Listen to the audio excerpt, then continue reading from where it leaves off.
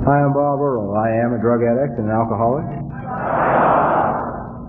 That's not going to work, but we'll that's okay. Hi, God, I'm glad to be here. Showed up, surprised. You know, I don't understand why people are so surprised when I show up. I had one bad year, you know, that's it. I missed 5 conferences 1 year, that's it. You know, fuck it, I tried, you know. We always want to keep people in a box, you know. Whatever they did 12 years ago, we want to figure they're still the same way today, and then we wonder why nobody grows and changes in the program. I've always known. The thing I learned about me is that I don't judge people. Judgment is lightweight. I don't think we judge here in AA. I think we condemn. You know? I mean, a guy can do something off the wall, see, and I'll say, he's really a dumb son of a bitch, you know. Now, I won't see, this may be Henry, right? Now, I don't see Henry for 10 years. And somebody will come up to me and say, you know Henry? I haven't seen Henry in 10 years, right? Yeah, I know Henry. He's a dumb son of a bitch, you know. He likes to chew on his socks in the parking lot after meetings. I mean, he may have gave it up, but I won't give him credit for giving it up, you know. I want to keep him the same. I'm glad to be here. I feel pretty good. I'm in good humor. I love Cindy's talk. I don't agree with it, but I love it. No, I'm just kidding. No, I'm not. They're relapses. We used to call them slippers, and they used to scare me to death at meetings when they talked when I was new.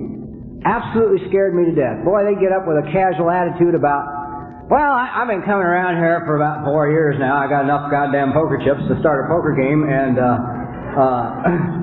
but you know, I'll get it one of these days. It's really okay. I got a little shit face last night. Wasn't too bad, you know, but sure appreciate this opportunity to share and sit down. Boy, I'd get just like, I'd want to die. I'd get panic-stricken, you know.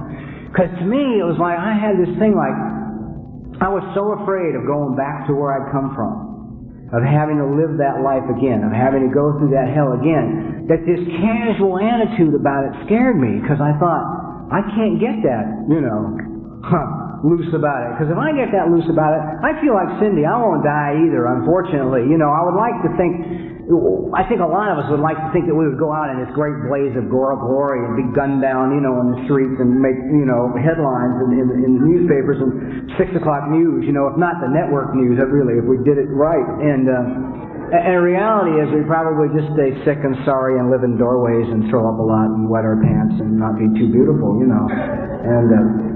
And it's like, so with that waiting for me, the people who had drank and came back and had a casual attitude about it scared me to death. See, now I don't know that I'm right on this subject, so if it's getting you crazy, relax. You know, I may change my mind in the walk from here back up the street to the motel. So if it keeps you up, you know.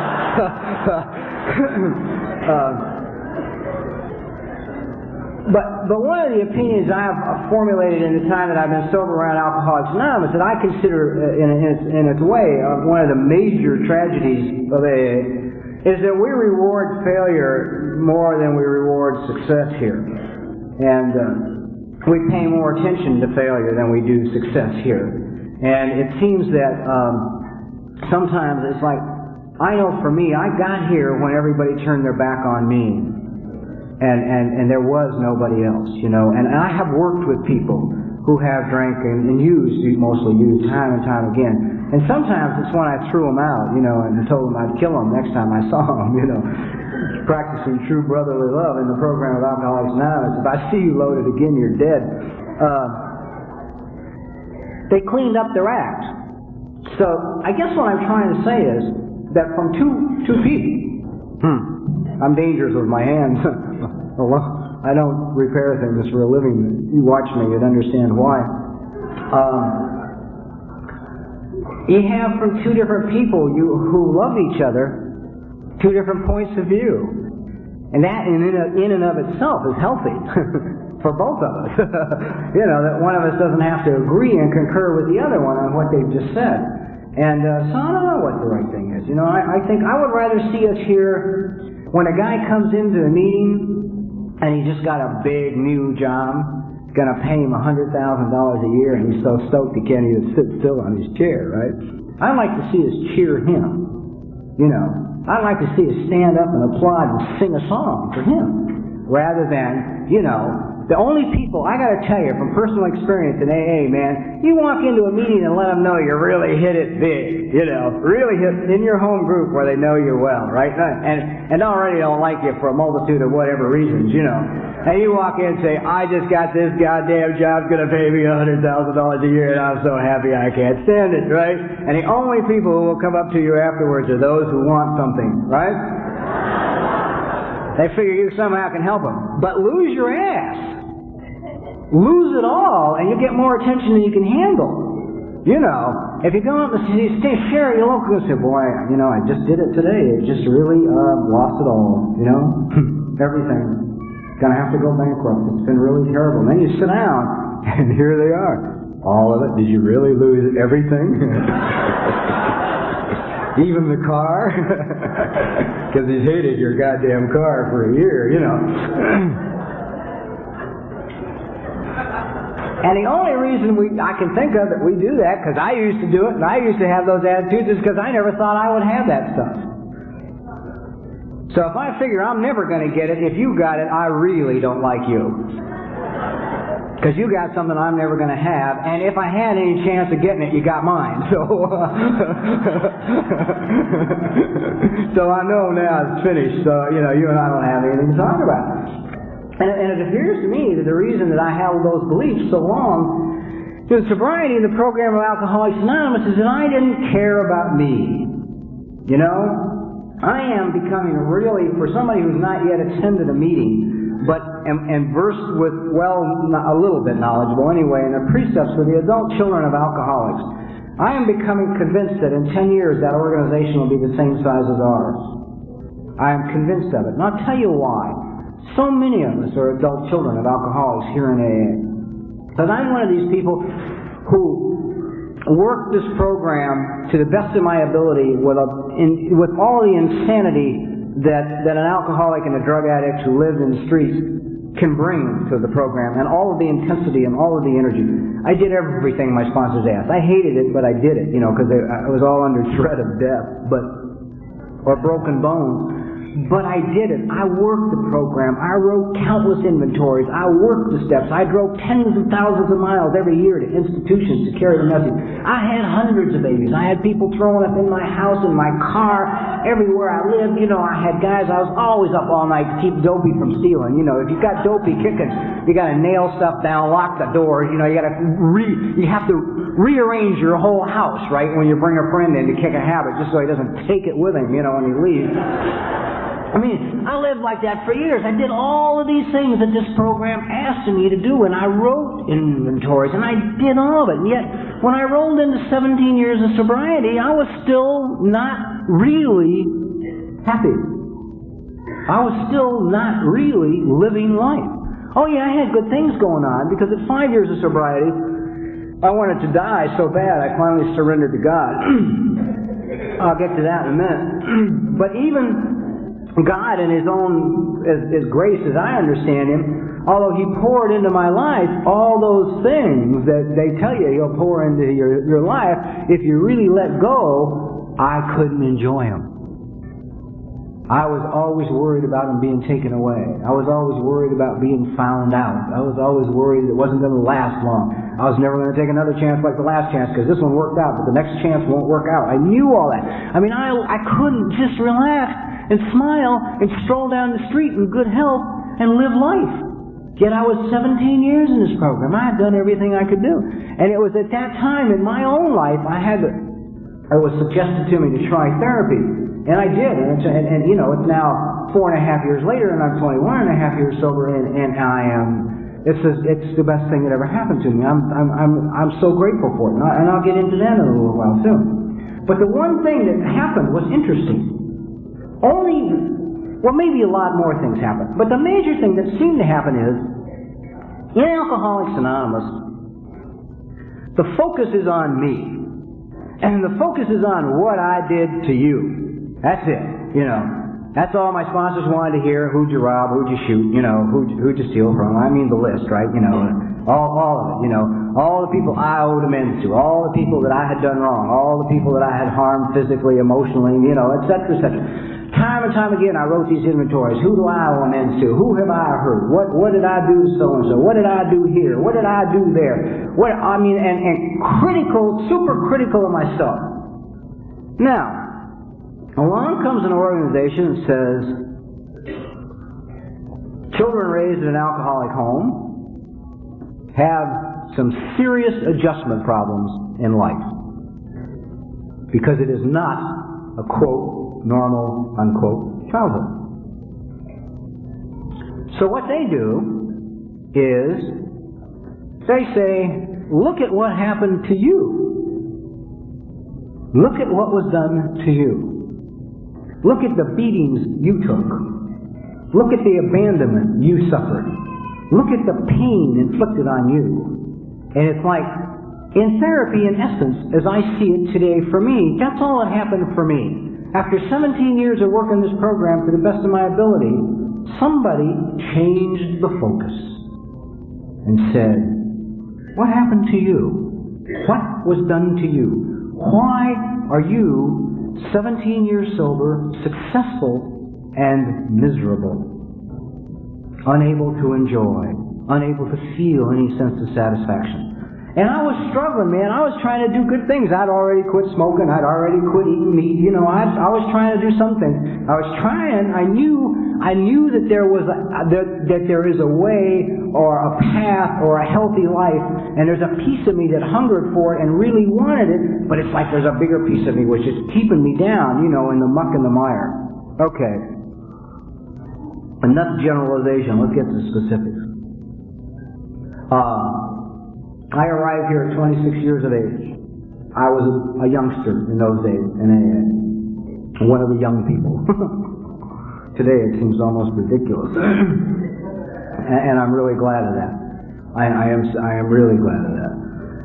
And I was living outdoors and weighed 135 pounds and was almost dead. A few interesting things happened. I was taken to my first meeting of Alcoholics Anonymous by a couple of Eskimos. Like, I will get to Eskimos too in a minute. And I talk a lot about the mind because in sobriety, the only enemy I have run into is my mind. The only real dangerous thing in my sobriety has been my thinking. No one else would dream of doing to me what I dream of doing to me. No one would be courageous enough to say to me what I say to me. Nobody would put me down like I put me down. I mean, this sucker just whirs up here all the time. You know, it's like it's like being in the day room of a mental hospital with all the, you know, you wake up in the morning and all the voices are there, right, to greet you. You know, good morning. We're glad you're up. We want to discuss the day with you. It's going to be a tough day, probably one of the hardest you've ever had in your sobriety. It's conceivable that staying in bed will be the smartest thing that you can do today. You haven't had enough sleep, you're going to screw up on the job and get fired. The odds are that the bump on your knee is bone cancer and you're going to die within 6 months. And how are you going to handle that? Are you going to go to meetings and talk about it, or are you going to be chicken shit and stay home and rot to death, you know, and not tell anybody? And if you lose your job, you're in serious trouble because you got about 6 weeks to survive financially, so you're broke. You know, so you've been awake about 10 seconds, and with a little help from yourself, you're unemployed, headed for poverty, and near death, you know. Which makes starting the day, you know, I don't know any alcoholics that jump up, you know, and go roaring into the morning, hey, God's given me another day to enjoy, you know, this is great, you know. They shuffle and drag to the coffee pot like they're headed for the heroin, you know.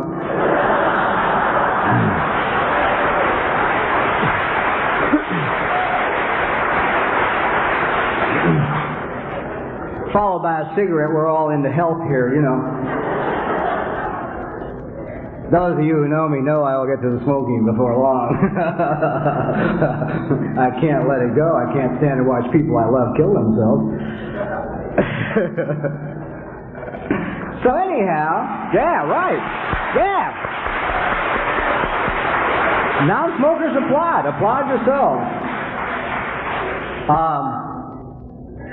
I walked into this first AA meeting with the clothes on my back, almost dead. The brains had long been fried by mixtures of strange chemicals and electric shock, and enough Thorazine to kill an army. Compliments of being housed by various psychiatric institutions in the state of California that wanted to study me. And then they got to get you quiet enough to study you, and then they don't know who you are. I love that one. I can never figure that one out, you know. They got you whacked on so much Thorazine you can't even stand up. They want to find out how you react to life. You know. Yeah. Catch me clean and sober 3 days off my drugs and find out how I react to life, you know, badly.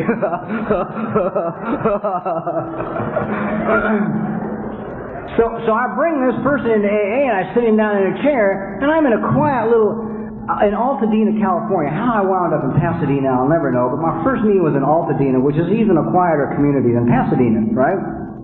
And I'm in this little American Legion Hall in this nice little AA meeting with nice people, all nicely dressed and quiet and polite and bouncing around, you know, and just friendly. And I sit there and they put the coffee in front of me and I'm lapping it, you know, like a dog because I can't pick it up. My mind, this fine-tuned piece of machinery I have, looks around this AA meeting at all these people and it says to me, "Boy, you have sunk to the bottom of the barrel this time. This is the end of the road. The fun is over." Now, although it's a humorous statement, it's also a dangerous statement. And I'll tell you why. What it set up in me was, it set up in me the attitude that AA is what you do between drinking and using and dying. Okay? You can't drink or use anymore, so you hang out in AA and you don't drink or use until you die, and that's what we do here. Well, if this program is the end of the road, how much energy are you going to put into it? I mean, if this is just a holding pattern until you kick the bucket, why work the steps? How many people you know take the book and embrace it with love and sit down and then just go after the steps with this fervor and enthusiasm? Or do most of them work the step when they can't reach anybody on the phone, they're three-quarters crazy and ready to blow their brains out? You know, I know when I work my steps, I can find dust on most people's books. I know. Just go wipe it off. Say, "How do you feel?" "Not good." "Oh, geez." Wipe a little dust off the book. So, although I knew that this was just a holding action, my sponsors put me to work in AA, and I did all the crap. I set up the chairs, I made the coffee, I mopped the floors, all this stuff. I hated every minute of it. I'm grateful that my sponsors had enough sense to know the attitudes that I had, and they warned me that I would hate every minute of it. And said it was okay, I didn't have to like it, I just had to do it. They told me that for me to wait for the proper motivation to do anything would be fatal, okay?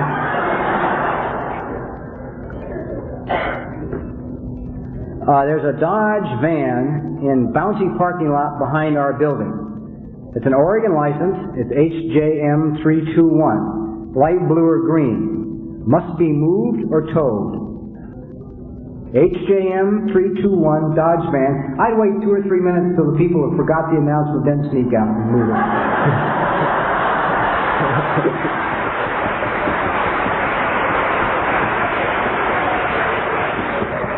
Or get up and go out the exit towards the bathroom, you know, with a pained look on your face. Now I'm into terminal cool, too. That's something that almost killed me. Look good at all costs, even though you're dying. Dying looking good is more important than living looking bad.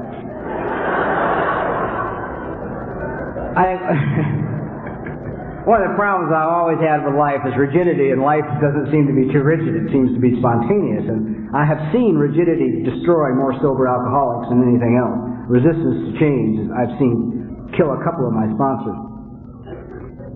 Send them back out there and they died. Okay. So I go about taking care of business in AA only because I'm instructed to take care of business with no love for anybody or any of the things that I'm doing. I hated going to the institutions, hated going to the hospital, hated mopping floors. Oh, I can't tell you how bad I hated mopping floors. I had been beaten half to death in institutions that wouldn't mop the floor, And here I am in AA, supposedly, with this little great gratitude smile going around mopping the floor, which I still hang on to that one 21 years later. I hate it. I'd still like to say, never mind, forget all that. So I go through a couple of years of sobriety and doing the best I can, and I'm having one serious problem is that I can't talk to God. Now, I can't talk to God because it's only one thing you guys keep saying. See? You guys keep saying to me, God as you understand Him. That's lethal. I think we should help the poor new guy out. Give him a God to work with, The one we bring in isn't too terrific. Okay? So you say to me, God as you understand Him, and I immediately, and I have no formal religious training of any kind. Okay? A couple of missions, you come to Jesus on the sunbeam before you eat and get a bowl of soup. But that's it, okay? That's all I know, right? So the only image I have of God is the old man in the sky sitting in the throne with a book keeping score. Now you say to me, trust Him. And I say to you, He and I aren't even yet. I'd like to trust Him, but I have this very sinking feeling that He's waiting for me. That probably the dumbest thing I could do would be stand out in the open somewhere and say, take me, I'm yours. And I hated that prayer, do with me as thou wilt. No, you're not on your life. But you go to meetings and people are praying and their prayers are getting answered. A guy will stand up at your local participation meeting who you absolutely can't stand at all, right? The one guy you really hate. Worse than the rest of them. Well, geez, I got up this morning, my wife served me with divorce papers, and I really broke my heart, and I went into work, and I'd be damned, the company decided to lay me off, and I went out to drive home to get my stuff and move it out, and my car had been repossessed, and I didn't know what to do. I was totally distraught, so I went back into the company where I work and knelt down in the men's room on the floor and said, God, I don't know what to do. Please fix all this. And I'm here tonight and happy to report that my wife changed her mind and has let me stay, and they gave me my job back, and I picked my car up in the morning. And you sit there and go, well, I could use some of that. I'm running around here on red alert. I haven't been this tense since I was drinking and using. My neck is cocked over to one side. I got a knife between my shoulder blades trying to be relaxed, a year and a half sober. So I'd hear a talk like that. I'd say, I'm going home now, and God and I are going to put it together now, and things are going to change now. And I'd run home, get in the house, overlap the drapes because my sponsors had told me I had to pray on my knees. I didn't want anybody to see me. Look good at all costs, right? Oh, Jesus. So I get next to my bed, kneel down, fold my hands, bow my head, and the minute I bowed my head, the mind would say, forget it.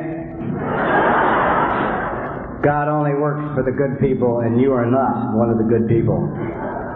I could accept that. See, I couldn't accept that God loved me, but I could accept that I was not one of the good people. I could not accept that I was a pure, beautiful child of God, born in perfection, screwed over by two parents, and then, left to drug addiction and alcoholism, and then arrived here. I couldn't accept that. I could just accept I was no good. So I operated a couple of years in AA this way, unable to talk to God. I went to a meeting one night, and in this meeting, a guy told a story. I tell this now, I don't know why, but it came to light a while back. I talked to some other people about a year ago who were at this same meeting, and they say he didn't tell the story. It's okay, I was only 2 years sober. I was hearing a lot of things, and it changed my life, so I heard the story. I don't know who the hell told it, but I did hear the story. There was two guys drinking in a bar in Alaska. One was an atheist, the other was a very religious man. Eventually their conversation swung around to God. The atheist looked at the religious man. He said, I don't believe in your God. The religious man says, why not? Atheist said, I gave your God a chance to prove himself to me once and he didn't do it. The religious man says, in what manner did you give God a chance to prove himself? Atheist says, well, about 6 months ago I was lost about 150 miles north of town in a blizzard, and I knelt down in the snow and I looked at the sky and I said, God, if there is one, I'm lost and I'm going to die. The religious man smiles a very knowing smile. He says, well, you must believe you're here. Atheist said, nah, some goddamn Eskimo came along and showed me the way back to town.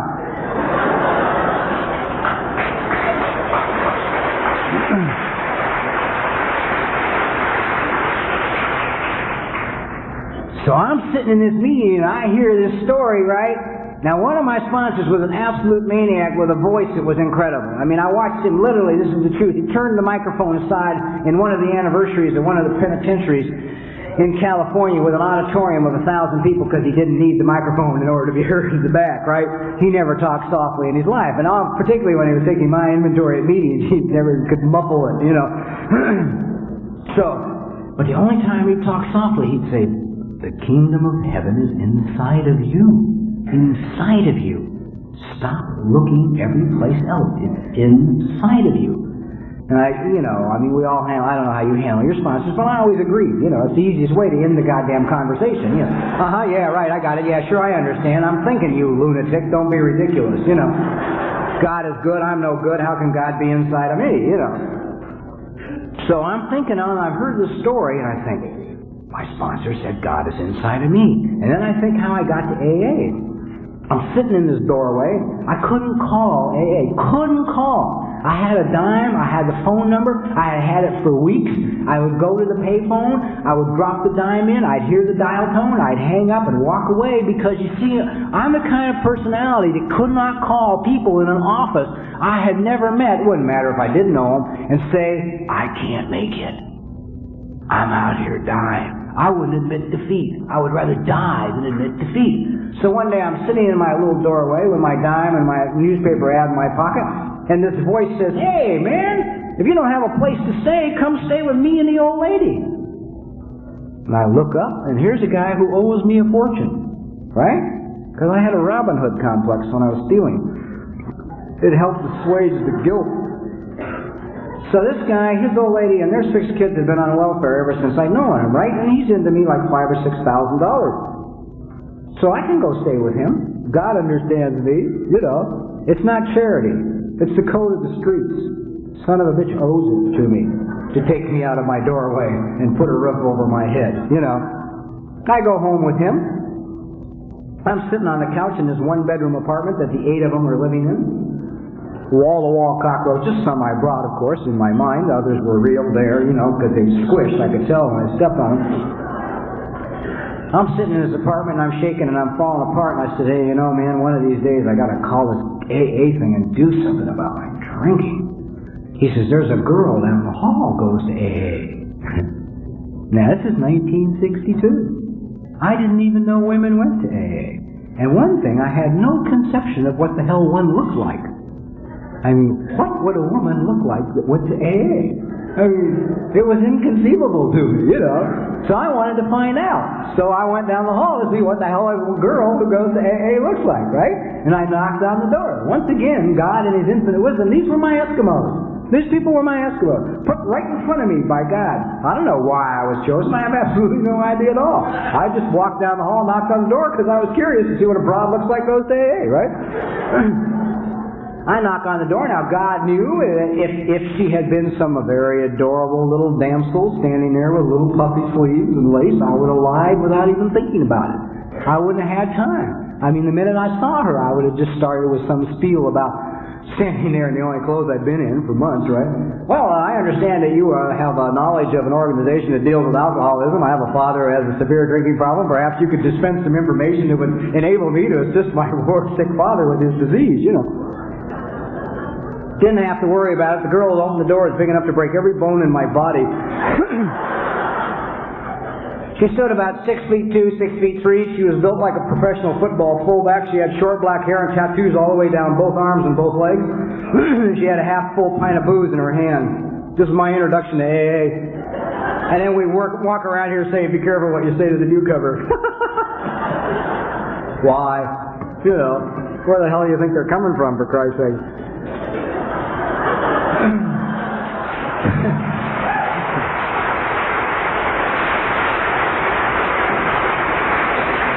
But I take one look at her, see, and God, who understands me, He knows that what I'm going to think. I'm home. This is okay. She's street people. I can talk to her. You know. So I look at her, right, and I said, you know, hey, I'm curious about this AA thing. She stands there with her half-full pint of booze, looks me right in the eye. I said, AA will work if you want it, and I am not ready to quit drinking. Made perfect sense to me. See? I'm almost dead, okay? I'm skinny. I look like a fugitive from a concentration camp. I'm almost dead. I look at her and I think if I was a big tough broad, I wouldn't quit either. You know? If I had her size and strength, I'd be back out the door in 2 minutes. I'm only here because I can't breathe anymore, you know. I can't think and I get lost a lot walking up and down the alley. She felt the responsibility for the sobriety she had, so she stuck me in a car and took me to an AA meeting. 28th of August, 1962. Been clean and sober ever since. That was my Eskimos. My Eskimos. One took me out of the doorway, one took me to the meeting. So now here I am, 2 years sober, and I've just heard this Eskimo story, and I'm so jacked up I can't stand it. You know, it's like, I got it, I understand it. If God's in me, He's in everybody. If He's in everybody, the only instrument He has to work with is people. I can understand people showed up all the time in my life to help me out. The only thing that's kept them from helping me is me. You know. Now, thanks. Yeah, I appreciate your offer. I mean, nobody can make my life as hard as I can. Nobody would want to. Nobody would be that interested. So now I decide I've got it wired, and I go home. It's interesting how my most serious problem, this is according to me and the lady who's been treating me for 4.5 years now, is I have a habit of compartmentalizing things. I figure all tall people are alike, all short people are alike, you know, all people from the South are alike, all people from the North are alike, all whites are alike, all Mexicans are alike, all black, you know, it makes it easy for me, you know. I just don't have to deal with anything, you know, just... I'd go there, but I know what it's like, so I don't have to go. So that's my big problem, right? And the funny thing is, we do that with God, or I did that with God, because I go home armed with this Eskimo story, and I sit down in my chair, which is fatal, always. Some guy in a book, a psychiatrist in a book, said that the armchair is the neurotic spaceship.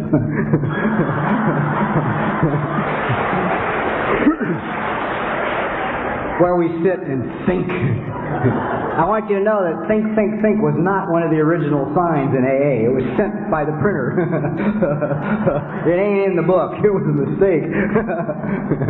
Right? So I go home to my think chair and I sit down. I have never in 21 years thought my way through anything. Nothing. I have thought my way into indigestion, into being awake for 3 days, into sickness, into anxiety to the point where I can't breathe, but I've never thought my way through anything. I have acted my way through a lot, but not thought. So anyway, I go home, I sit in this chair, I'm happy, understanding God, and my mind says to me, well, yeah, okay, you know, big deal.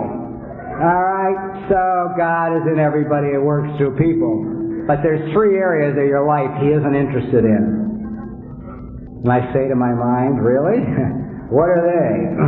Now, understand that today in my life, I do not ask my mind questions. The only question I ever ask my mind today is, what is your source of information? Because it has no education and it talks all the time about everything. You know. So I don't really want to, know anymore what it has to say. I like the line that says it's an excellent servant and a terrible master, So anyhow, I say to my mind then, not knowing any better, oh, well, what areas of my life is God not interested in? And it says, well, first of all, money. God does not care about money. He isn't interested in money, whether you have it or whether you don't have it. Thought about it for a minute. watched a lot of fundamentalist Christian television, believed that poverty was, the best thing for me. So I accepted the fact that God didn't care whether I had money or not. So I said, okay, what else? My mind says to me, employment. God does not care where you work. And I thought about that for a minute, and it makes good sense, I mean, with this whole planet to take care of, with all of us to take care of, with all the problems going on, what the hell would some deity care about where you punch a clock? I mean, I understood that. It made good sense. Things that make sense to me, I don't do anymore. I do what's illogical. What's illogical is good for me. What's logical is never good for me. I said, what else? I said, relationships. God doesn't care who you date, who you go out with. Just don't, harm any of your sisters intentionally and have a good time. It's my interpretation of it anyway. So I say, okay, I got it. God's keeping me clean and sober, and I got to take care of money, employment, and relationships. I can handle that. All right. By this time, I'm just 2 years sober. So I spend the next 2 years. Well, I'll tell you what. I'll do it the other way. Because I was a little tense when I got here, and a little angry when I got here, and had a background of questionable peacefulness. It seemed that people found fit in the beginning to give me those guys to sponsor who were insane. People who had blown up buildings with people in them for something to do. Guys that had done half their life for murder. I mean, these are the ones I got. People who like to hurt people. Now, there's one thing in common among all the psychopaths, and it is that we do like to look good and never admit we need anything. We take everything. So, these guys would never call for help. Ever. I don't care how bad the pain was. They would never call for help. As I never called for help. I never, ever, in my early sobriety, called one of my sponsors in the middle of the night. I'd stay up. I'd pace. I'd be in a rage. I'd put my fist through the wall. I always hit a stud, of course. God's little sense of humor. Son of a bitch thinks he's tough. We'll give him 3 busted knuckles. See how cute he thinks he is. So I'd do all that alone. I'd never call and ask for help. But on a rare occasion that one of these maniacs would call me in and ask me for help, it would mean that he had drug himself, crying, screaming across the carpet by his fingernails, pulled the phone off the nightstand, dialed, and they would cry into your ear, I can't goddamn take it anymore. The source of this phone call was always one of 3 things: money, employment, or women.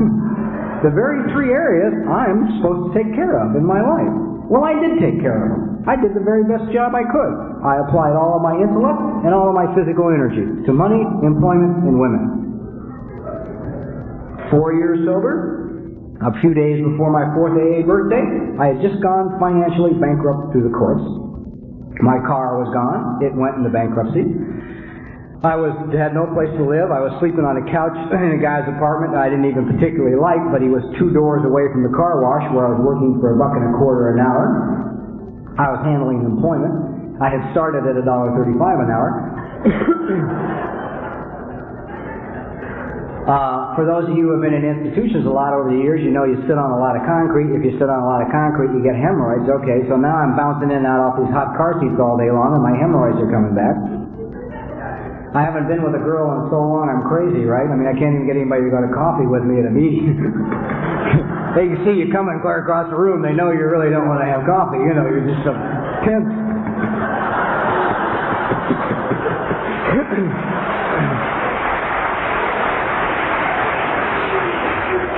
I had borrowed money from everybody I sponsored. I was humiliated every time the central office called me with a 12-step call because, first of all, the guy had to have a car, and secondly, he had to be sober to drive the car so he could pick me up so I could take him to the meeting. Generally, I wasn't thrilled with the condition of my life 4 years sober, but I had done the best job I could. Now, I didn't take a cake either. Friends said, you got to take a cake. Take a cake. I said, what for? What am I going to do? Am I going to get up to a podium and tell a newcomer this is what he can have? Huh? come in here and hang on for 4 years, don't drink, don't use alcohol. You can be broke working in a car wash for $1.25 an hour. You know, so horny your eyes are crossed with your hemorrhoids coming back. Yeah, you know. I'm sure he'd stay for the end of the meeting, you know.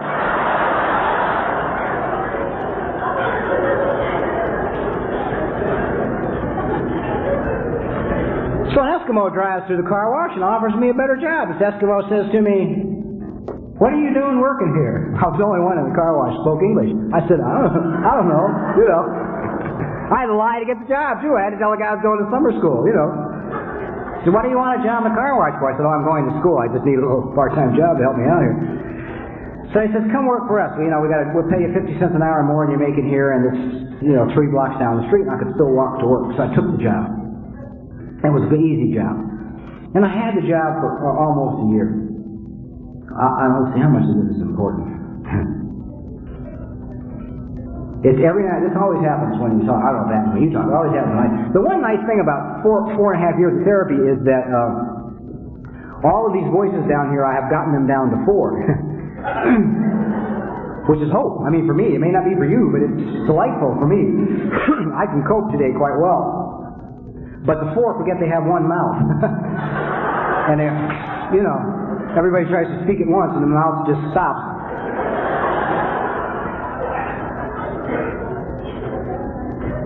I don't know how much of it's important.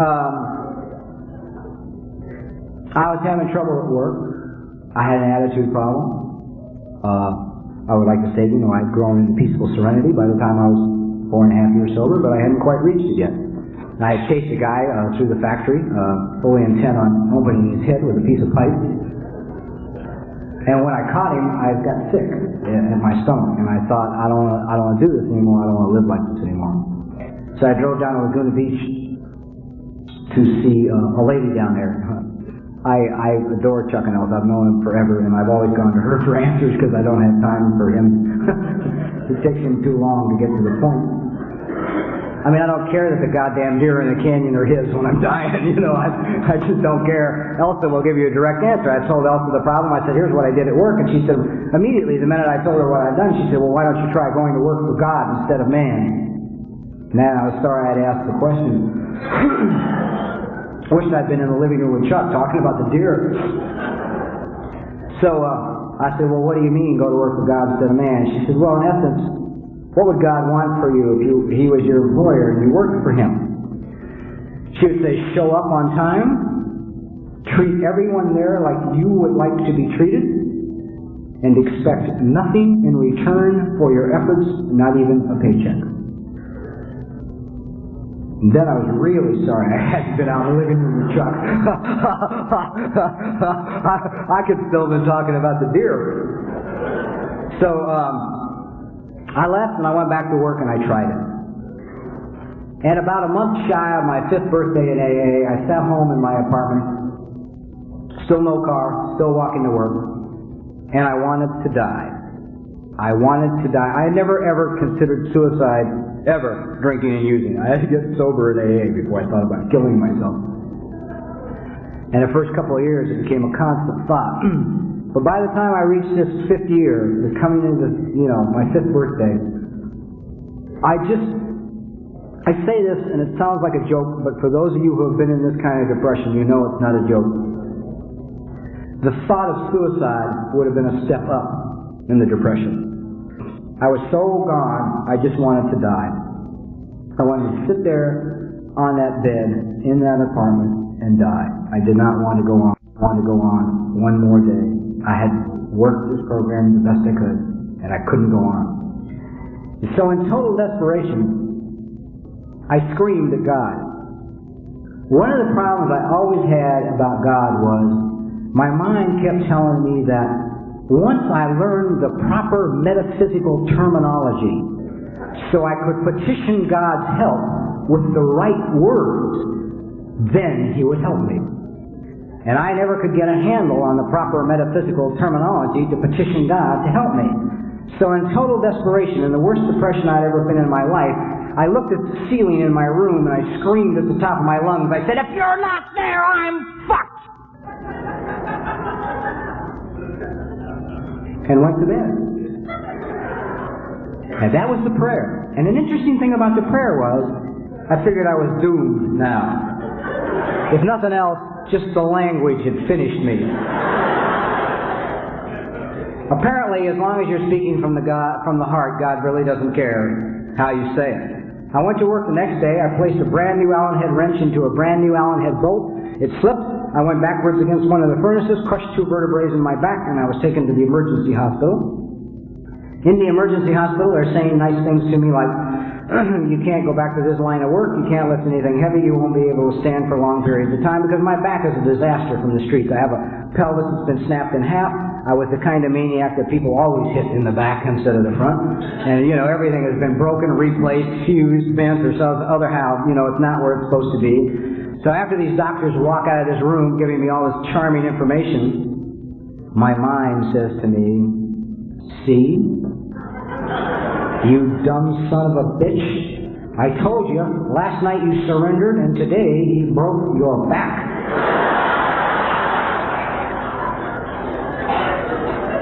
I was so tired of listening to my mind that from down in here somewhere, in the general area of my stomach, a voice said to my mind, why don't you shut up?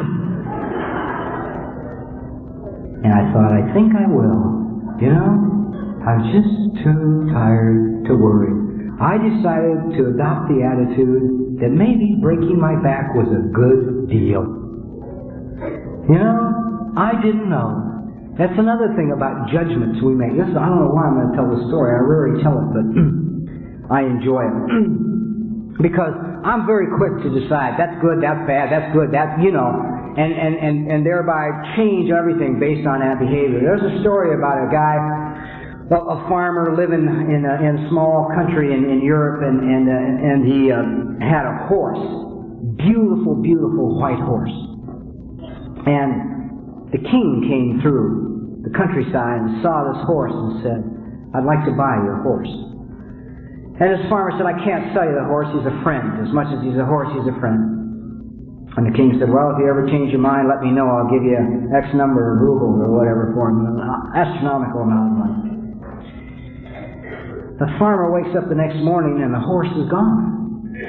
And all the villagers run out to his farm and they say, oh, how terrible, you should have sold the horse to the king. Now he's gone, he's run away, that's such a bad thing. The farmer said, I don't know that it's a bad thing. I only know the horse is gone. About 3 days later, the horse returns, and he brings a half a dozen wild horses with him. And the villagers rush out to the farm, and they say, oh, God, you're right.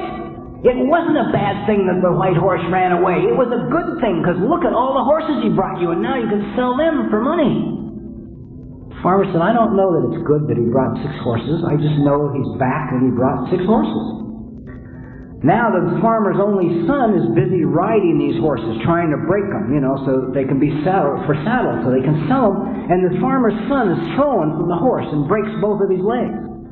And again, the villagers rush out to the farm and they say to the farmer, oh my God, how tragic, you were right, it wasn't a good thing he brought the 6 horses because now your son has 2 broken legs, how sad. The farmer said, I don't know that it's sad, I only know that my son was thrown from a horse and has 2 broken legs. And at that time, this little tiny country had gone to war with a country 10 times its size. And they were taking all the young men from all the villages, and it was certain death to be sent to the front. And they came through and they took all the young men, but they didn't take the farmer's son because both of his legs had been broken. And again, the villagers rush out to the farmer and say, oh, you were right. It wasn't a bad thing that he broke his legs. It was a good thing. And the farmer said, I don't know that it's a good thing. I just know that he has broken his legs, and they did not take him to war. And it goes on and on and on. The judgment, always the judgment. So I decided with my broken back, maybe it's a good deal. What the hell? How do I know? So I set about doing what was put in front of me to do. I applied for vocational rehabilitation. I filed for disability insurance. I showed up at the doctor's offices. I wore my braces on my back. I did everything I was told to do. I went to voc rehab, which is a big... For those of you who have had to deal with vocational rehab and have my kind of personality, it becomes an interesting process. First of all, I'd taken 5 aptitude tests, and I came out 5 different things. And I wasn't being funny and I wasn't being cute. They gave them to me on different days and I answered them honestly on how I felt that day, you know. One day I liked the outdoors, the next day I didn't like the outdoors, you know. So I came out a social worker, a forest ranger, a mechanic, and classical music, and something else. They said, well, we're going to send you to UCLA. Got to get you a bachelor's degree in psychology so you can work with people in the field of drug addiction. I said, you got to be kidding. I said, I couldn't get through the 10th grade in high school. You're going to send me to college? I have an attention span of 4 seconds in that environment. So we went through this hassle for 6 months. 6 months. They couldn't find anything for me to do. They couldn't place me. And I just kept going along, walking back to my little apartment, walking to vocational rehabilitation or taking the bus, just going along, just saying, it's okay. My life is in perfect order. God is in charge. Even though it don't make sense to me, I know everything is fine. I'm sitting around in December of that year with a TV guide, and I'm reading it, and there's an ad in there for a writing course. It says, would you like to be a writer? And something inside of me said, let's try that. Must have been the child. The child said, let's try that. So I said, okay. So I take this ad to my voc rehab counselor, my next appointment, and say, I would like to try this. She laughed so hard she almost fell out of her wheelchair, right? A lot of support from my state agency. Well, but she had everything. She had my files, she had my jackets, she knew all. See, here's what she knew. She was in possession of information she thought was relevant. She didn't understand spiritual matters. I'm a phonetic speller. She had all my applications. I can't spell. I had failed English ever since the 4th grade. I've never read anything. I never had a desire to write. And just basically, was thrown out of school in the 10th grade. I mean, she just couldn't see that this was a logical move on my part. However, God in His infinite wisdom had beaten bureaucracy in the state of California because she took it to her boss. Now understand, I had been on their rolls for 6 months. I was the only guy left from July. I mean, they had even placed everybody that had come in August and September, but there was still Bob Earl. They hadn't done anything with him. This guy would have paid for basket weaving for me if I had wanted to go. So, they agreed to pay for the course. Now I send for the books. I get my books. I'm sitting down at home now. I'm going to tell you all this because I want you to hear how hard it is. How much thinking, maneuvering, and manipulating you have to do when you're on the path. I sit down, I get my book, I write my first story. I try and write a short story while I'm reading my books from school. It was so bad, it was just horrible. I mean, really bad. But I'm reading my books from school, and the books from school say, for your first thing that you write, it should be for a medium that you're familiar with. And I thought, I never read anything, but I've watched a lot of television. So I decide I won't write a short story, I'll write for TV. So I sit down, now I try and write a story for Bonanza, right? A Western, okay? It was as bad as the short story, it was really bad. The basic idea was good because I later sold it as a Virginian, but the execution left a lot to be desired. So I'm reading it, and I keep reading my books from school. And my books from school say when you're writing for the first time, not only is it important that you write for a medium you're familiar with, but it's also important that you write about a subject you're familiar with. I thought, I never lived in the Old West, for Christ's sakes. I don't know anything about cowboys and Indians and cows. I get nervous the minute the asphalt disappears. I don't camp out, and I don't have a fishing cabin in the Ozarks, you know what I mean? But I thought I do know a little bit about crime. So I'll write about crime. So now I started watching the TV shows that had anything to do with crime, and I singled out Ironsides because I liked it, because the mind, right? You thought all the time. I figured, okay, now I'll try and write a story that I haven't seen, on TV before about on a crime show. I thought, well, I've never seen a drama about a righteous paper hanger. I mean, it's somebody who cashes tens of thousands of dollars worth of payroll checks. Having done a year for that, I figured I was qualified to write how not to do it. I guaranteed my character would get caught. One of the delights about writing is they don't all get caught. Well, anyway, I sit down and I start to write this story. Now, a friend of mine brings me home for the meeting. Now, I had made it a point not to know what anybody I hung out with did for a living. I mean, you may find it hard to believe, but I really was adamant about that. I never wanted to know what people I hung out with did for a living because my ego was so bent I couldn't afford it. Because I categorize people. So if Harry was a plumber and John was the vice president of a bank, and both Harry and John came up after the meeting at separate times and wanted to go have coffee, Harry's screwed, you know what I mean?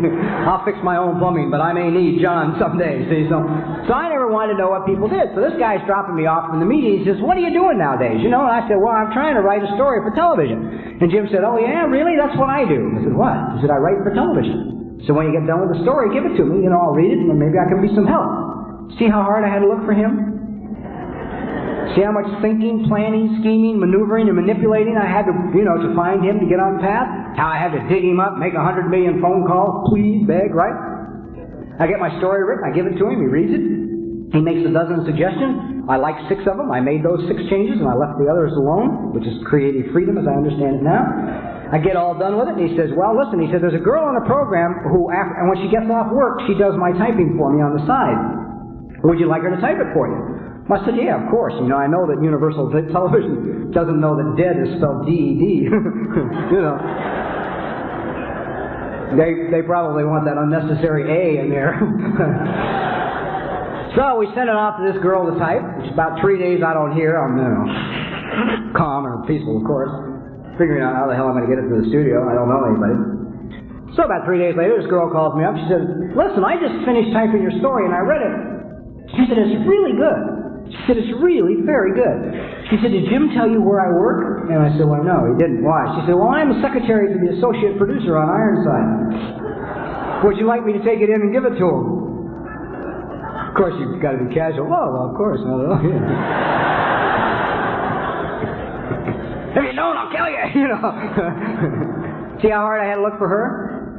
How much thinking, planning, maneuvering, skimming, manipulating I had to find her to get the story into the studio? So, anyway, they bought it. And I'll tell this story. Because, yeah, you can't get hurt. What the hell? Why am I... Okay. Hey, I'm never bored, Home Alone is... everybody's talking, Ever get up in the morning, you go to work, it's like, you're in the car alone, you feel like you're taking a lot of unruly kids to school that don't want to go.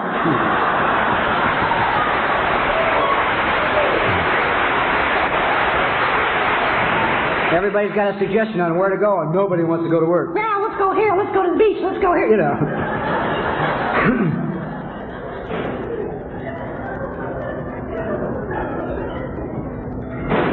Well, anyhow, Jim comes to me and I says, what am I going to do now? They bought the story. He says, well, here's what you're going to do. He forgot I'm a very literal person, but I want to show you can't get hurt. You can't get hurt.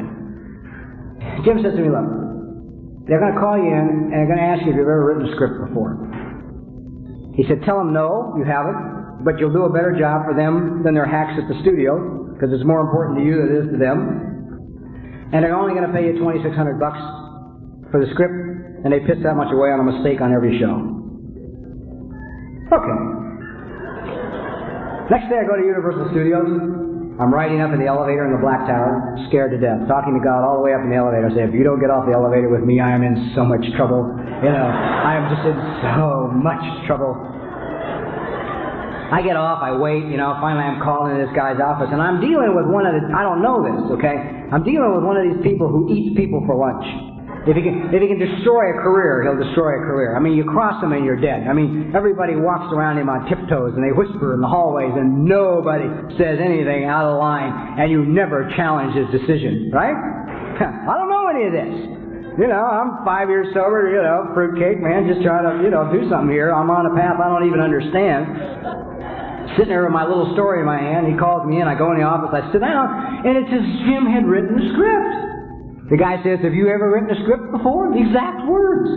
Exact words. I said, no, I haven't. I said, however, I will do a better job for you than your hacks here at the studio because it's more important to me than it is to them, and you're only going to pay me $2,600 for the script, and you piss that much away on a mistake on every show.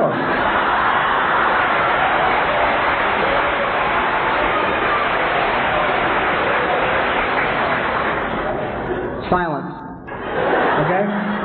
The longest 3 seconds of my life. And then he starts to laugh.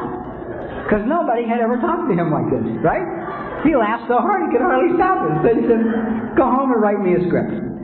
So I go home and I write him a script. I turn the script in, and I get a lot of praise about the script. They say it's one of the best first drafts they read on the show.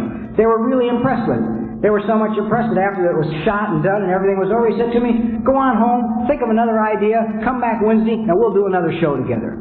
I mean, this is unheard of, right? So I go home, I'm stoked, I got to get to write another TV script, and I watch my show filmed. I mean, I'm so excited when I get home, and I sit down to think of an idea. Nothing. For 31 goddamn years, it had talked to me incessantly, and now all I want is one lousy idea, and it is blank, right? It's offering up zero, like a tomb, right? I mean, I'm crazy. I'm watching other TV shows thinking maybe I can steal an idea from another show and take it in. I'm absolutely whippo. 3 days goes by, 4 days, whatever it is, I have no other idea. Nothing. I learned one thing. Show up. No matter what, just show up, So I show up. I show up for what I know is going to be the single most embarrassing, humiliating moment of my life. This man is going to ask me for an idea. I've had days to think of an idea, and I don't have an idea. Not one. Right? I walk in his office. I sit down, waiting for the guillotine to fall. He says, well, what'd you come up with? You got any ideas? I go, well, I gave it some thought, and he says, look, never mind. I got an idea. He said, we've been on the air long enough now for a couple of years. He said, we have a responsibility to the community. He said, I believe that. He said, I think the thing that we need to do is we need to do a really honest look at the upper middle class teenager and drug addiction. I thought, why the hell couldn't I think of that, for Christ's sake? I'm the drug addict. I can't even come up with that. I'm home with a blank mind up here. Anyhow, so we did the show. Well, the story's a little better than that. I start telling him what we can say about it. How do you know all that? I thought, uh-oh. So I told him, I said, well, look, I'm a drug addict, an alcoholic. I've been off of narcotics and alcohol with the programs of Narcotics Anonymous and Alcoholics Anonymous for 5 years. He says, oh, that's nice. We talked for a couple of minutes more. He says, you won't be upset if we bring in a technical expert on the show, will you? I said, no, not at all. What was really humorous, they brought in a narc from the San Fernando Valley who I was taking a shot at.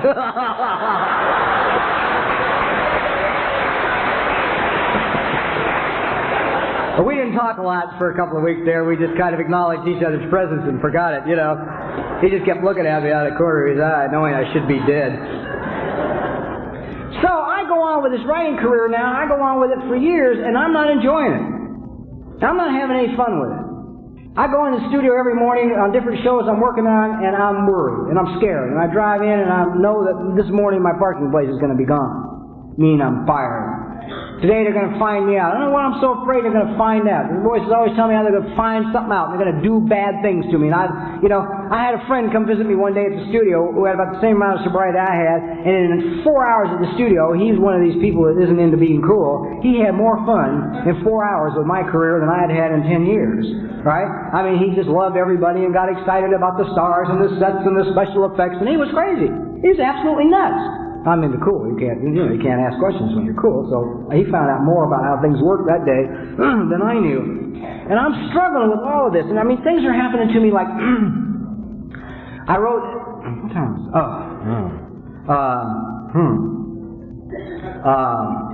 Okay, no, this is important. The vote is 3-1, guys.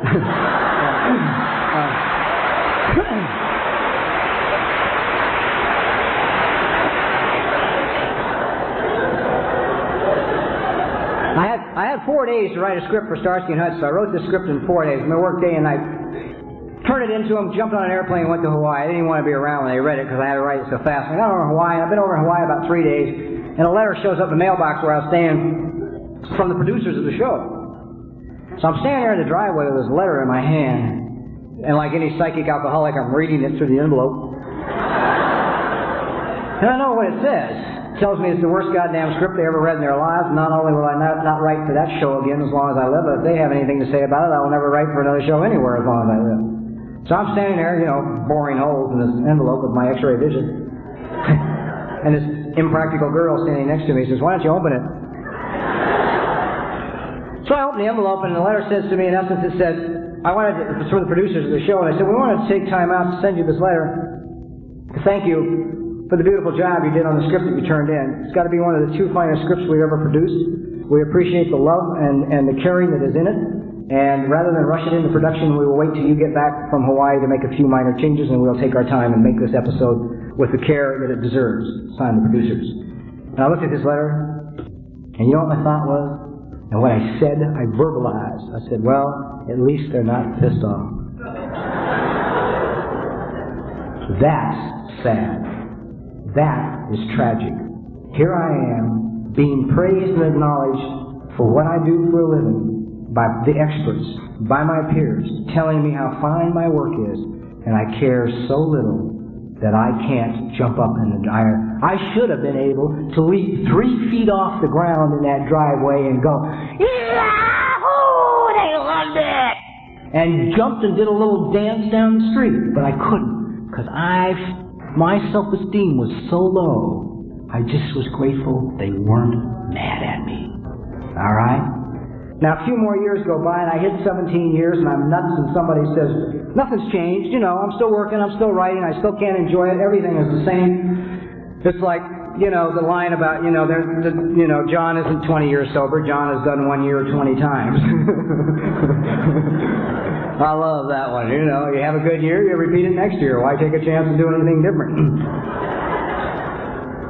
So I go in to meet with this therapist that I was suggested I go, and I picked one who I knew would really help somebody. And I sit down with this woman, and she says to me, "Begin with your childhood, tell me a little bit about yourself." So I said, "Well, look, when I was 15 years of age, they threw me out of Manual Arts High School. I discovered drugs and alcohol. I began to drink and use. I smuggled narcotics, and I spent the next 11 years in the street.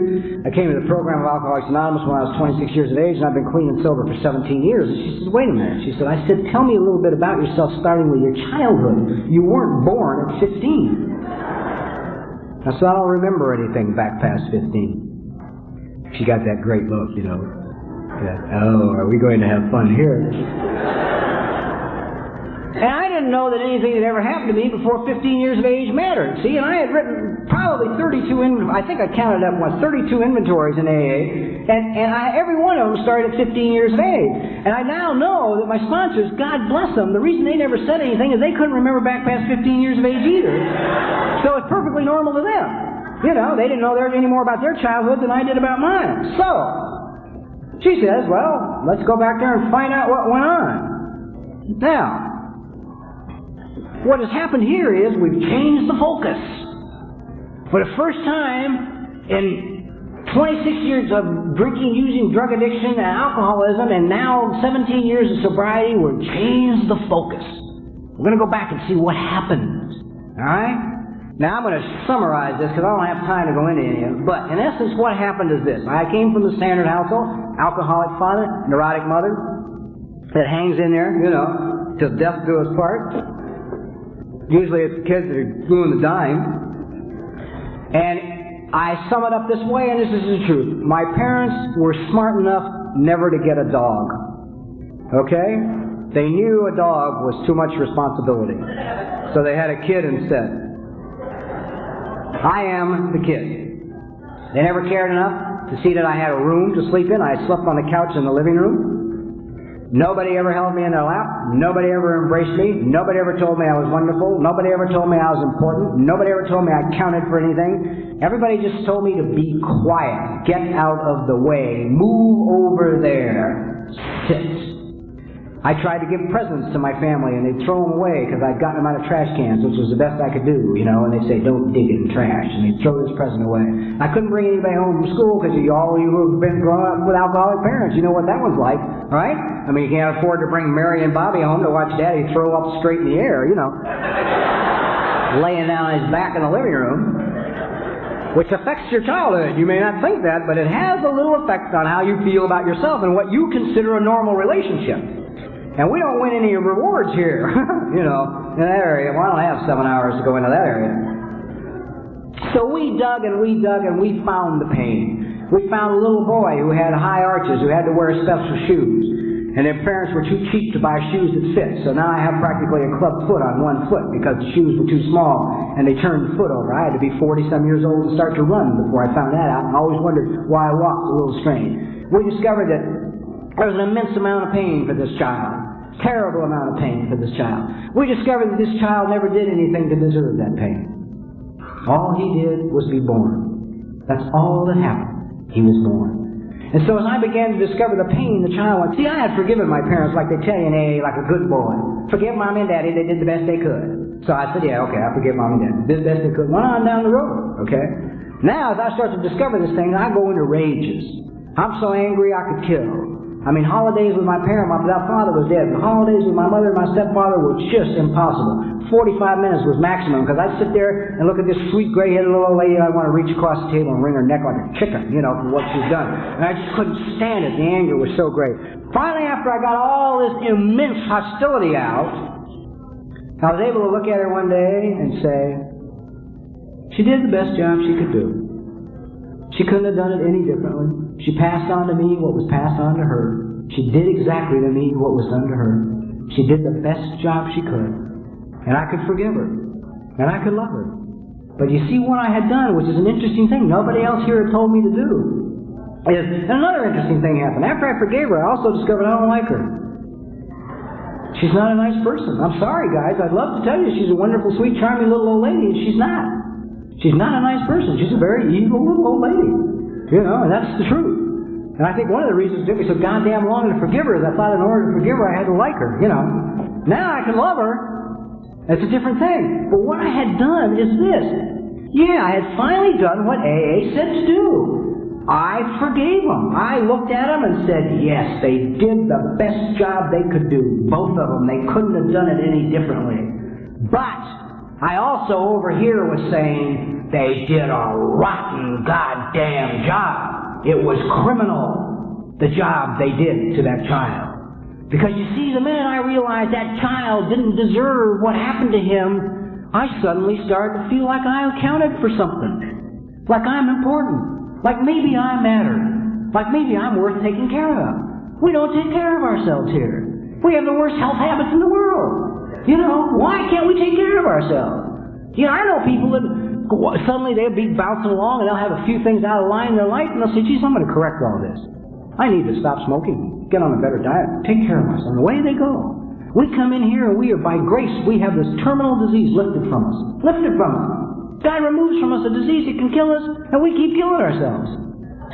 You know, we eat pounds of sugar, tons of meat, drink gallons of coffee, smoke cartons of cigarettes, and just keep wiping ourselves out. Suicide prevention says smoking is covert suicide. It is a little tiny gun with a little tiny bullet. I believe that. I believe that. That's what we do to ourselves. Because you're not going to take... I will drive 100 miles to take you to the best doctor that I can find. I won't drive me 2 blocks. I will get so sick I'll be almost dead before I'll even go. And then I'll go to the closest guy, even if people tell me he's an ex. I've done it. I know. I don't know how to take care of me. Now, what I have discovered is this. We've gotten all these voices down to 4 personalities, and they're very distinct personalities, and they're wonderful. The first personality I've discovered is a child, a little boy, who lives inside of me. He's been in hiding for years. Years. He went into hiding early on. He looked at my family and said, oh, no way. I ain't coming out here for nothing, you know. Catch me in the next lifetime, sucker, but I ain't going to play here, you know. I found this beautiful, blonde-haired, curly-headed, blue-eyed little boy in his little sailor suit, and he's adorable. And he's a good kid. And he loves teddy bears. And I have a house full of teddy bears. I have teddy bears in the living room.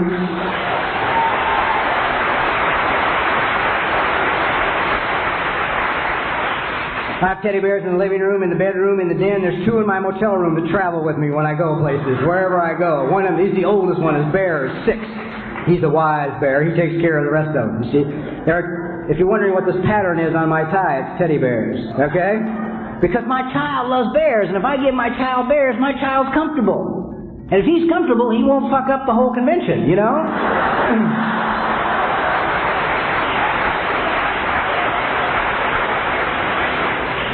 He's at peace. All he wants wants is a little protection, a little love, and some strokes, and he's the happiest kid in the world. And he's full of awe, and he loves new things and excitement. He can't stand the adolescent because the adolescent's into cool, you know. The child will do anything. The adolescent just wants to stand there and look good, you know. Okay, now the child I adore. I have so much fun with this child. He's wonderful. The next is the adolescent. The adolescent is difficult. He's better than he's ever been, but he's difficult, you see, because all he's ever wanted in life is to find a girl with large breasts and a cashmere sweater and cop a feel behind the locker door in the hallway at school and not get caught. That's it. That is the sum total of his desire in life. He wants no more responsibility than that. And, he'd be content if he gets back. Now, one of the things that discovering the adolescent helped me with is in running. I used to run in a high school. One of the places I trained was a high school near where I lived. And I'd be running around the track in the morning, and all those gym classes would be out, and the little girls would be out in their little shorts running around the track. And I'd just be bowling along, and I'd be just fine, and I'd see them as beautiful children about to blossom into womanhood and hope that they had wonderful lives, and that would be the adult recognizing. But some mornings it wasn't quite like that. Some mornings I'd see them as potential dates, right? And I'd get nuts. I think, oh, God, you're so sick. You are so sick. You're one of these guys they write about that, freaky for young girls. You are in serious goddamn trouble. Who are you going to talk to in AA about this one, sucker? Huh?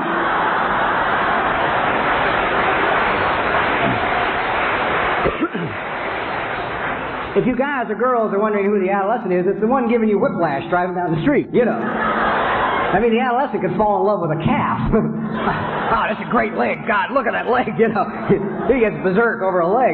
It's, an example is I was running one day on San Vicente. This is a long street where I run, and during the summer, apparently, they turned out the girls' volleyball team from UCLA or somebody. But anyway, for a few days there were some girls, all of whom were over 6 feet tall, who were also running out there who were just gorgeous, right? And I'm trucking down the street one day, and coming up the other way is this brunette who's well over 6 feet, a wonderful body, with about an 8-foot stride, running about 6-minute miles. And my adolescent sees her coming, and he went insane. He says, "Oh, God, it's her. I know it's her, And I'm trying to cool him down because I got to pass this young girl, And I'm trying to stem all this energy, and she's like nuts, right? And obviously she sensed it through a little smile, just a nice little smile. Well, yeah, he says, "Catch her, turn around and catch her." And I said to my adolescent, I don't think we can,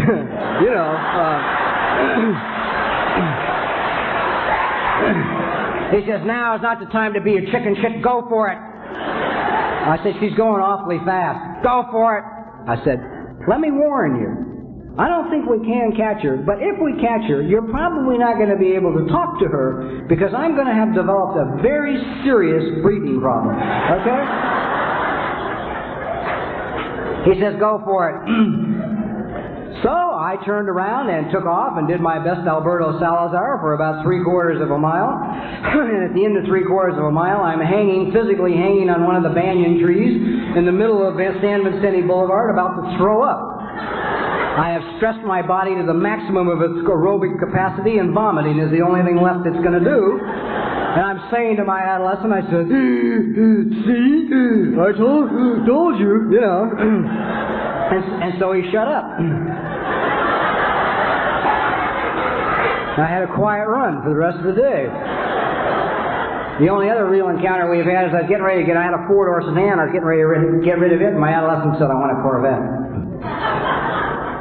I said, "No, I don't like Corvettes." He said, "I want a Corvette. Corvettes are cool."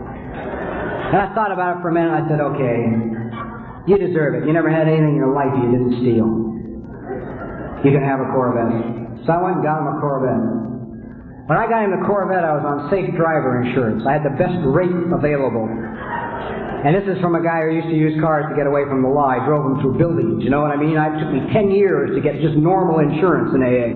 And I'd reached premium insurance. 2 years after the Corvette, I'm back on assigned risk, right?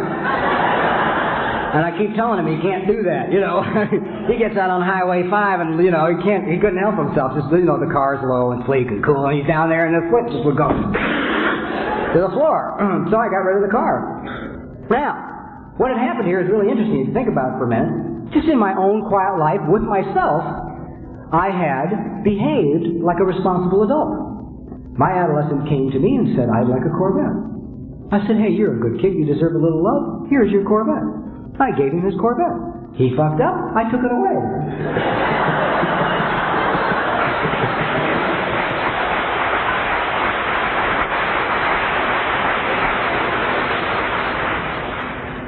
Now, the only other person left, the third person is the adult.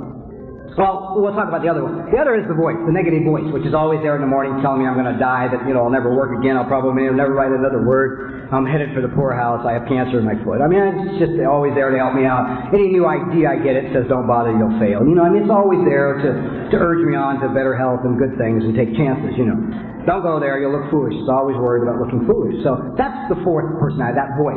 Then there's the adult. What has happened here is fascinating. I remember one day I was in therapy with my therapist, and she said to me, well, we're talking about the personalities and things, and she said, well, who do you see in there? Who do you see that you like? And I said, well, there's a guy. I see a guy inside of me, and he's really beautiful, and he's gentle. I said, but he's got gray hair. He's so old. She said, maybe he's an adult. I said, oh, Jesus, I hadn't thought about that. When you're a raging 47-year-old adolescent, what do you want to know about an adult?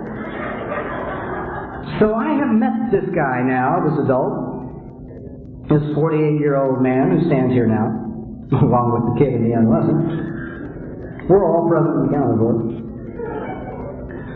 The child loves Seaview. He really likes it. The adolescent isn't too impressed. Seaside? I told you the adolescent wasn't impressed.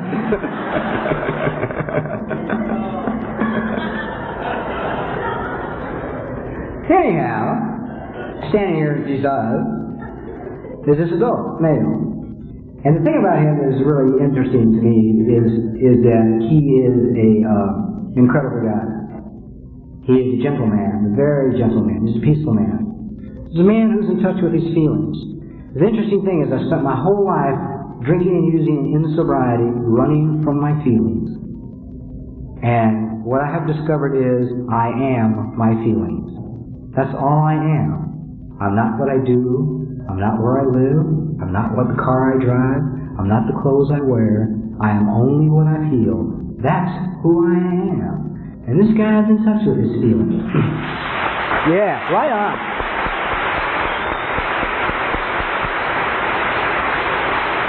We don't talk enough about feelings here. It's like we're afraid of the feelings and let people express themselves to be. And sometimes your feelings are inappropriate to the situation. Who cares?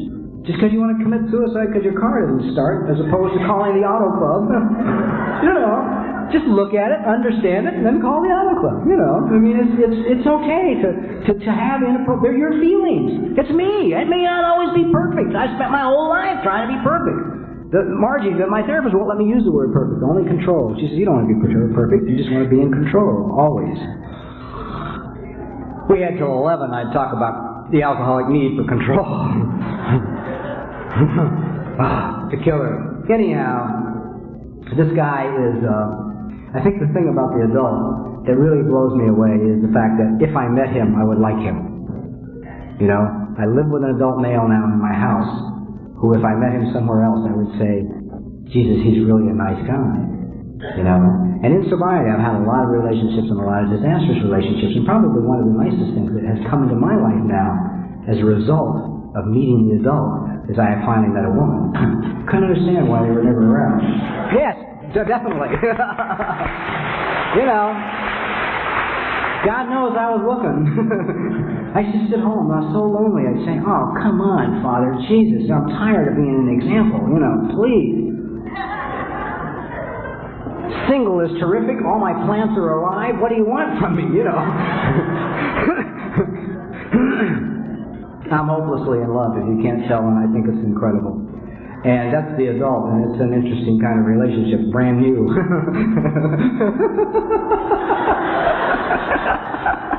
I'd go into how we meet, but it's tough here. We meet, we have a lot of trouble in AA, right? Because we operate on the outside. Two adult people walk up to each other and they try and be cool. You know, you go to the meeting, the guy dresses up, gets his best clothes on, you know, go and look at the dance or wherever. Girls do the same thing. You guys are just as bad as we are, you know.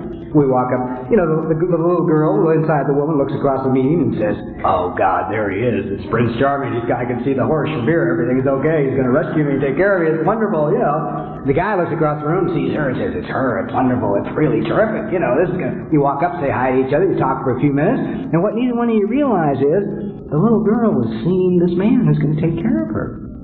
And then you girls, you look at us like that. You don't understand what we're doing. We're looking for Mommy. We may talk tough.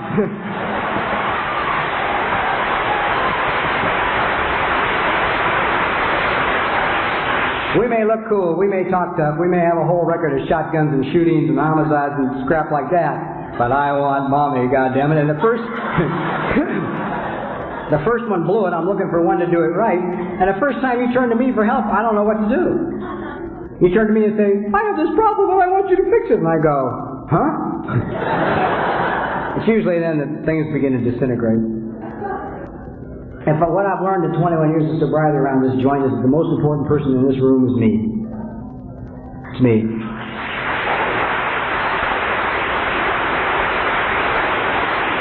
If I take care of me, I will be here to share with others what I have found here. What I have found here is beautiful. I wouldn't change any of it, but I've got to take care of me. So if you go home tonight, man, or as you sit here now, know that you're really okay. As is, you're really all right. We are God's finest creation. We are beautiful, beautiful, wonderful people. And you deserve to take care of yourself. Be good to you. Don't be afraid to take chances. We can have it all if we want it. We are truly blessed. I'm delighted you've been asked to come here and share. Just know that, man, I love you, but that's not near as important as you learning to love you. I can look in the mirror now and smile at myself. I walk by mirrors occasionally and I wink at me. I can remember in the beginning of AA, people say, "Look in the mirror and tell yourself you love you." And I'd go home and I'd stand in front of the mirror and I'd stare at this face in the mirror. I'd go, "Oh, Jesus, you're nuts. You know that? You're nuts." I'd walk away from the mirror. Now I can throw a wink at myself and say that I love you, you know. And it's okay to change the focus, guys. It's okay to look at what was done to you. Maybe you'll better understand some of your behavior today. And then when I understand it, I can change it. And people who have known me for a long time and haven't seen me in 4 or 5 years, who sit down with me today, are stunned. They're not even dealing with the same human being. And it all has happened here and with those tools outside of here that are available to us. I love you, and God bless you, and thank you.